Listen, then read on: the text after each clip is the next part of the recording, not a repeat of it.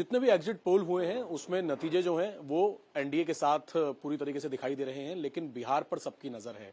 बिहार में भी जो एग्जिट पोल निकलकर सामने आए हैं वो एनडीए को जीत जो है वो दिखा रहे हैं। हमारे साथ बातचीत करने के लिए मौजूद हैं बिहार के deputy CM Vijay Sinha ji. Sir, जो एग्जिट पोल है, एग्जिट पोल पर आपका क्या कहना है?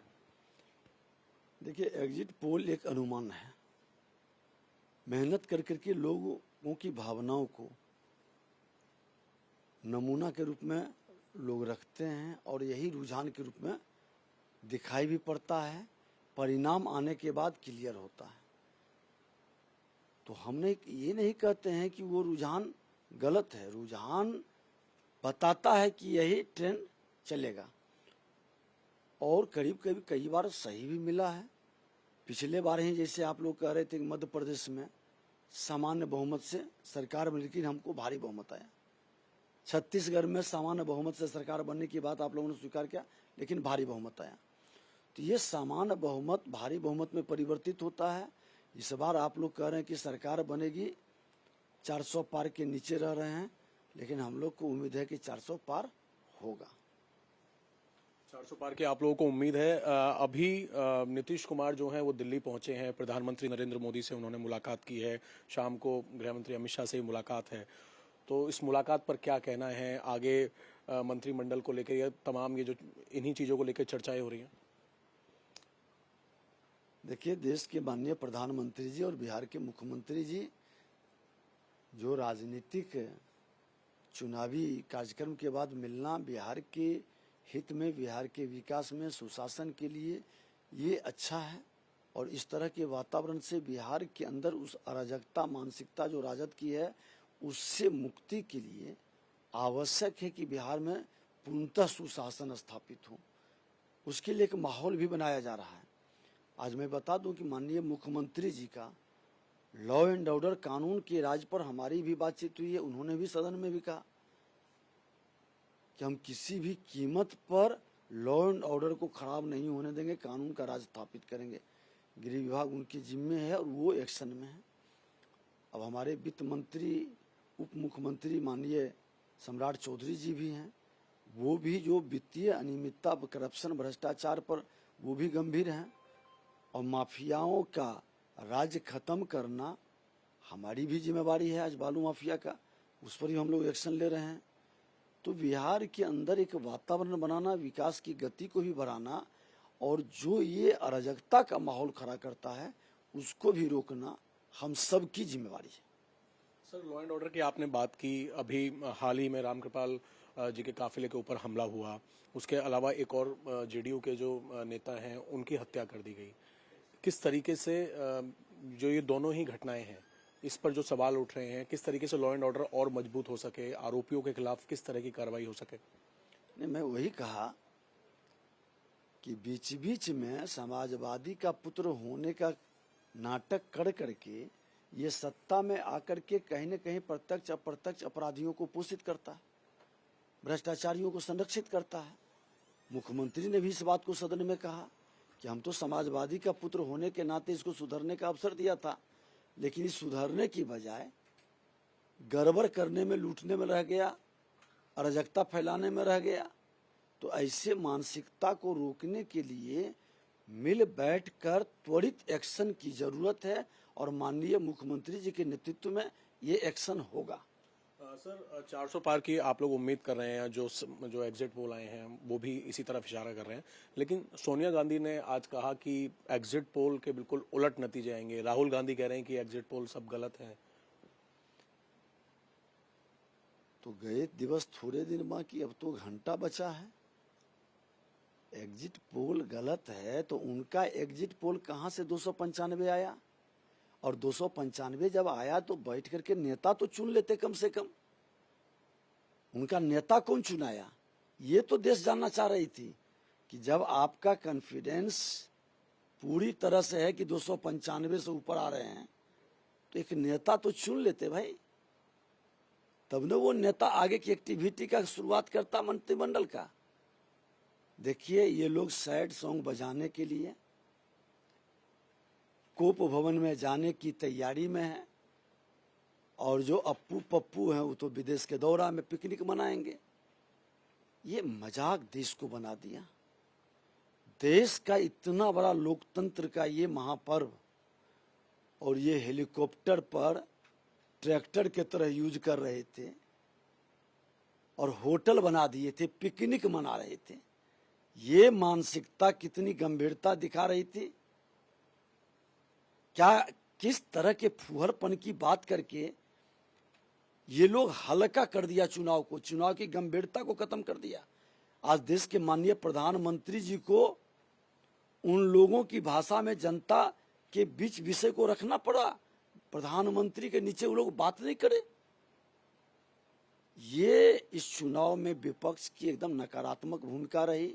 मुद्दा विहीन राजनीति किया। भ्रष्टाचार पर एक शब्द विपक्ष का नहीं बोलना, अपराध अराजकता पर, उग्रवाद पर, आतंकवाद पर एक शब्द नहीं बोलना, विकास पर चर्चा नहीं करना। ये घूम फिर करके मोदी मुक्त भारत, मोदी को हटाओ, मोदी को जेल भेजेंगे। ये नकारात्मक इनका चुनाव इनको लेके डूब गया। ये कहीं के लायक नहीं रहेंगे। तेजस्वी यादव बार बार रोजगार को लेके कहीं ना कहीं सवाल उठाते हैं। बीच में भी जब चुनाव प्रचार चल रहा था तब भी आपने देखा किस तरीके से कि तुम मुझे वोट दो, मैं तुम्हें नौकरी दूंगा। रोजगार को लेकर उन्होंने बहुत सवाल उठाए हैं कि जब वो डिप्टी सीएम थे तो उन्होंने बहुत ज्यादा नौकरियां जो हैं वो बांटी। चोर मचाए शोर। रोजगार के नाम पर, नियुक्ति के नाम पर जमीन लिखाने वाला, 28 संपत्ति के मालिक बनने वाला, हजारों करोड़ का मालिक, यही तो ईडी पूछ रहा है कहां से माल आया है। चपरासी क्वार्टर में रहने वाला ये महलों का राजा कहां से बना, यही ना पूछ रहा है। ढोल बजा रहे हैं और नौकरी देने की बात कर रहे हैं। तो कौन विभाग में नौकरी? शिक्षा विभाग वाला ही ढोल बजा रहे हैं। 6 चरण तक तो एनडीए के साथ में वो प्रक्रिया पूरा हुआ। 7वें चरण में उनके मंत्री तो फाइल पर साइन ऑन किए और वो रामचरितमानस पर प्रवचन दे रहे थे।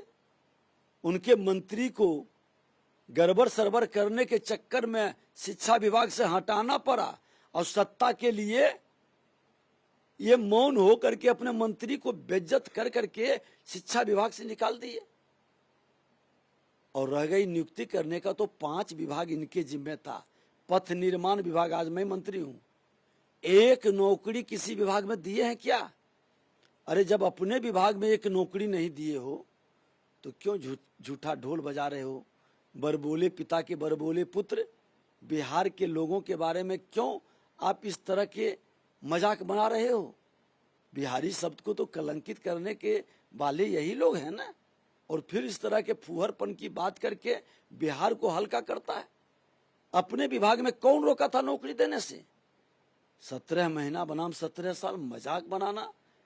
15 साल माता पिता को अवसर मिला और लगभग 6 साल 2 बार उप मुख्यमंत्री बन करके ये भी मुख्यमंत्री नीतीश कुमार जी के साथ सत्ता में आए थे, चोर दरवाजे से घुसे थे।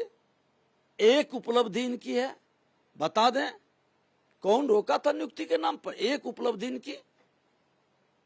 लेकिन अभिव्यक्ति की आजादी है, कुछ भी बोल दो, जनता के बीच कुछ भी भ्रामक। अरे आप प्रमाण दो ने कहां नियुक्ति किया? आपके मंत्री साइन नहीं किया, उस विभाग से मंत्री को हटना पड़ा। उस विभाग में मंत्री जाता नहीं था, उसके पीए पीएस को रोक दिया गया और ढोल बजा। इतना मतलब एक स्तर होती है राजनीति में लोक लज्जा का। लेकिन दुर्भाग्य है कि ऐसे लोग जनताओं को भरमा करके, उनके भावनाओं से खिलवाड़ करके सत्ता में आते हैं और इस तरह के गाल बजा के, ढोल बजा करके लोगों के बीच शोर मचाते हैं। और शोर मचाने वाला कौन होता है ये सब जानता है। सर एक सवाल ये, एग्जिट पोल में तो जो सीटें दिखाई रहे हैं, आप लोगों ने जो आपके ग्राउंड लेवल पर जो आप लोगों ने भी पूरा कहीं ना कहीं एक सर्वे करवाया होगा, जानकारी मिली होगी, आप लोगों का अनुमान क्या है? बीजेपी की कितनी सीट, जेडीयू की कितनी सीट, आप लोग क्या मानकर चल रहे हैं? देखिए मैं बता दूं कि 562 जगह के लगभग हम गए पूरे बिहार के अंदर। इसमें 10-11 हमारे बड़े नेताओं के साथ कार्यक्रम था। 551 अपने जनसंपर्क और नुक्कड़ सभा, चौपाल, रोड शो, ये सारा कार्यक्रम किए हैं। लोगों की हमने भावनाओं को देखा है। जो हार्डकोर राजद के हैं उनकी महिलाएं भी कह रही है कि मोदी जी को वोट देंगे। मोदी जी किया है, मोदी जी को जानता है, मोदी जी की गारंटी पर विश्वास है। अब अनुमान लगा लें कि जो मेरा सीट है वो सीट घटने वाला नहीं है। एक सीट पर संघर्ष की स्थिति है। हाँ, ये कुछ उम्मीदवार के कारण लोगों की नाराजगी थी, लेकिन मोदी जी की गारंटी पर उनको विश्वास था, इसलिए उस नाराजगी का इफेक्ट नहीं पड़ेगा। कल का क्या तैयारी है सर? कल रिजल्ट तो देखना ही है और उसके बाद क्या कार्यक्रम है, क्या तैयारी रहेंगी? जनता का जो जनादेश आया है उसका सम्मान करना, लोगों का आभार व्यक्त करना, और हम तो संविधान और संवैधानिक संस्था पर विश्वास करते हैं, उसके सम्मान के लिए हमेशा खड़े रहते हैं, लोगों की आस्था को बढ़ाने का प्रयास करते हैं। जो लोग सैड सॉन्ग बजाएंगे, चुनाव आयोग ईवीएम पर, प्रशासनिक तंत्र पर उंगली उठाएंगे, उन लोगों की बेचैनी पर चर्चा होगी। कल का तो कार्यक्रम में ही रहेगा। बहुत शुक्रिया हमसे बातचीत करने के लिए। बिहार के डिप्टी सीएम विजय सिन्हा जी, इनका साफ तौर पे ये कहना है कि जो एग्जिट पोल हैं, नतीजे जो हैं, अब थोड़ा ही वक्त रह गया है, लेकिन पूरी उम्मीद है कि भारी मतों के साथ एनडीए जो है वो सरकार बनाएगी और प्रधानमंत्री नरेंद्र मोदी एक बार फिर से प्रधानमंत्री बनेंगे। कैमरामैन राजेश्वर गुप्ता के साथ अभय पराशर, इंडिया टीवी, बिहार।